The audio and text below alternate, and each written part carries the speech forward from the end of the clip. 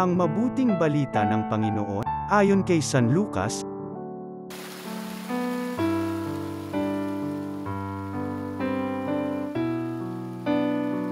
Noong panahong yun, ang mga publikano at ang mga makasalanan ay nagsisilapit upang makinig kay Jesus.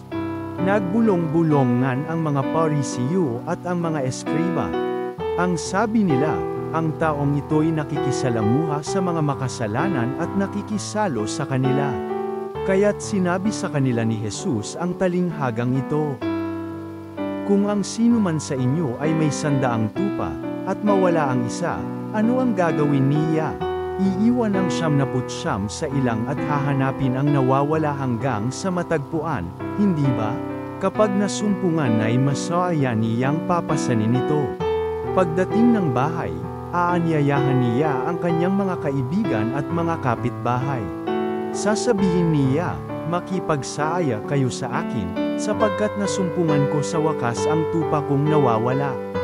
Sinasabi ko sa inyo, magkakaroon ng higit na kagalakan sa langit dahil sa isang makasalanang nagsisisitu matalikod sa kanyang kasalanan kaysa 99 na matuwid na hindi nangangailangang magsisi.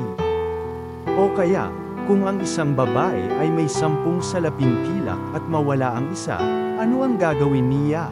Sisindihan niya ang ilaw, wawalisan ang bahay at hahanaping mabuti hanggang sa masumpungan ito, hindi ba? Kapag nasumpungan na ito ay aanyayahan niya ang kanyang mga kaibigan at mga kapitbahay. Sasabihin niya, makipagsaaya kayo sa akin, sapagkat nasumpungan ko sa wakas ang nawala kong salaping pilak. Sinasabi ko sa inyo, gayon din ang kagalakan ng mga anghel ng Diyos dahil sa isang makasalanang nagsisitu malikod sa kanyang kasalanan. Ang mabuting balita ng Panginoon.